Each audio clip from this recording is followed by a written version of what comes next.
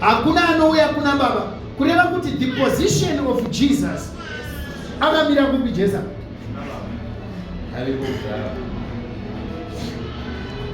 maitsika muri kupi izvozvi kuHarare muri kuHarare handizi kana tichida kuti hakuna munhu anoenda kuDurban asina kupfuura nepabhodha ungati here hakuna munhu anouya kuDurban asingapfuure nepabhodha yemuri kuno munoti hakuna munhu anodii because iwo hauko asi ari kuDurban unomuti hapana anouya kuHarare because ndokwauri asingapfuure nepabhodha ndizvozvo Jesu ari kuti kuna Tomasi hakuna anodii kuda kuti Jesu ari kuti sauna baba ndekupi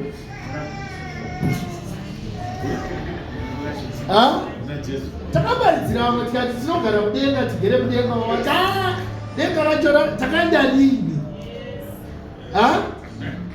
Jesu ari kuti kuna Tomasi GPS yauri kuda iwe kuenda kuna baba unayo nzira unayo zvikanzi iripi zvikanzi Jesu ndini nzira zvikanzi saka kana uchida kuuya kuna baba haana kuti kuenda kuuya kuria saka chimboerenga inini musavhara mumbai chigope endai paJohn 15 aiwa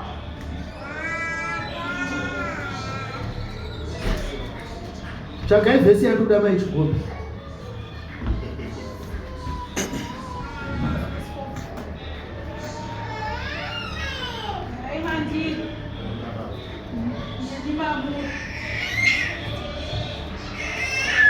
vabereka vachitya vanenge vachiziva kuti hapasiripo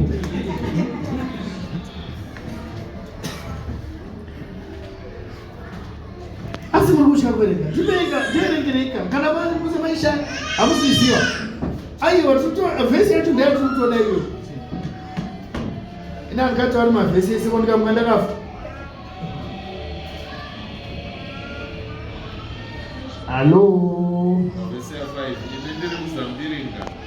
muri matau unogara mandiri neni maari ndiye unobereka zvibereko zvakawanda nekuti kunze kwangu hamugoni kuita chinhu. Alright. Haisiri yandikuda.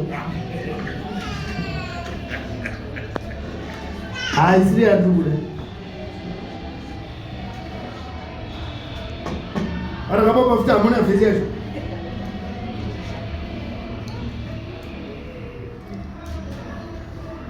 Hallelujah. Hachechi katikana.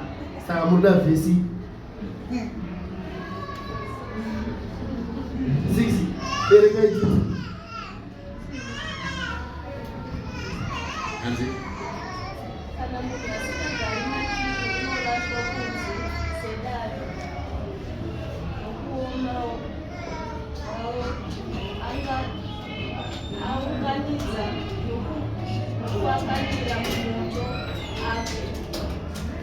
Alright.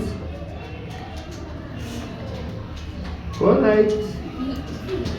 Como ngati po vhesi yandikuna.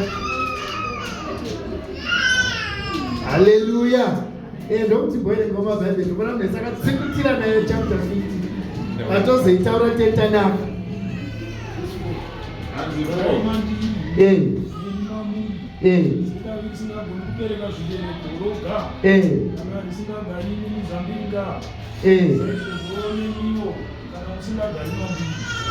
Alright.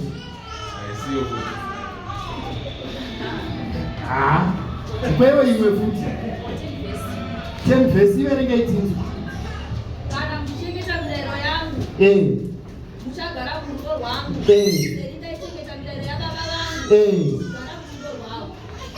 vangu mabodza masvikapo. Hallelujah. Idzokorerei futi.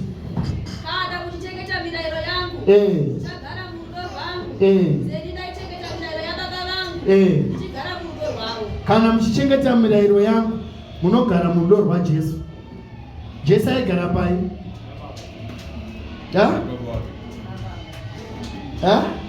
Dzokorerei futi vhesi yacho. Kana muchichengeta mirayiro yangu kana muchichengeta mirayiro yangu ndichagara murudo rwangu. Kureva kuti ava vari kunzi ndichengeta mirayiro yangu kana tiri vashe, handiti izvozvo, kana tiri vatendi tinogara murudo rwaJesu.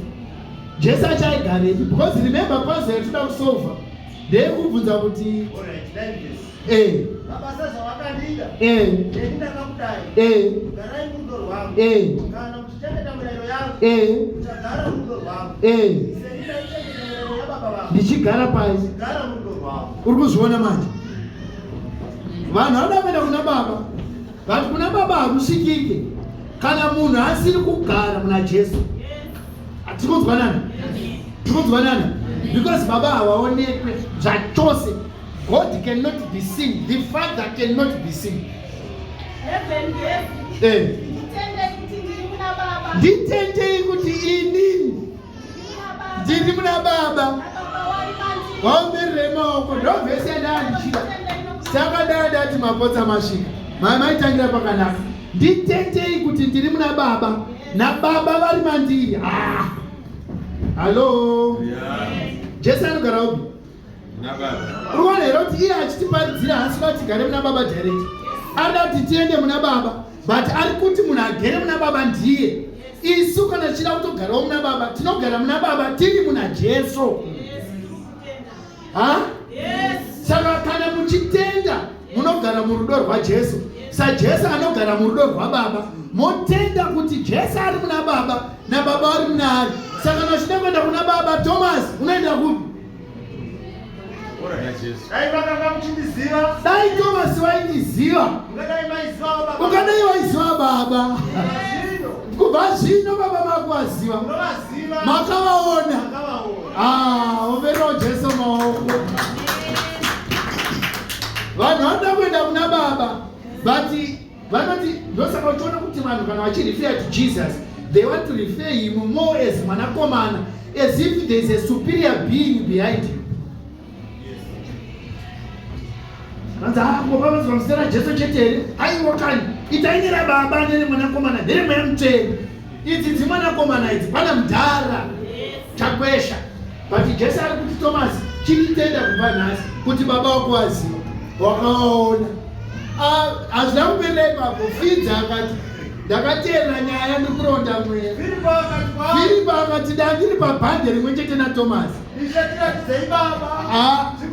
Munoziva Jesu, mirai majokes paside. Nyaya dzasirious makuenda.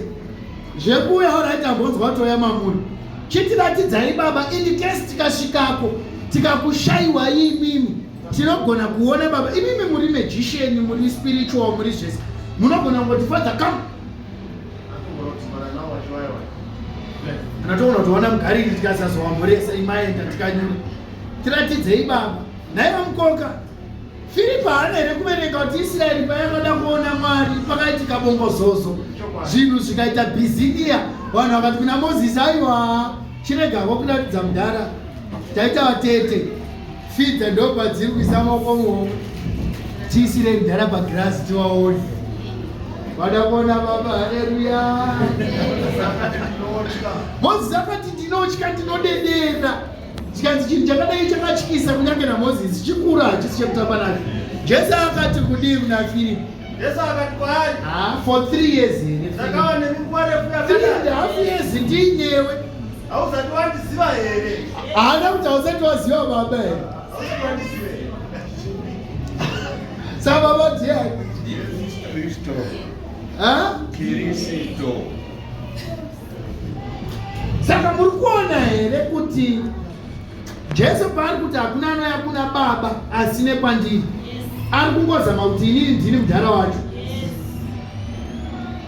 Ndobva tati tinofanira kutora life yatiri kurarama inoi very serious. Handozvatataura. Pane zvinhu zviri so simple manyakurwa zvokuti ukasazvinzwisisa munogona kutsvaka zvimwe zvinhu zvokunamata zvamusingafe makaona muchisiya zviri simple zvekunamata. Zviri simple zvekuendesa kudenga ndezvokuti tinofanira kungogamuchira Jesu.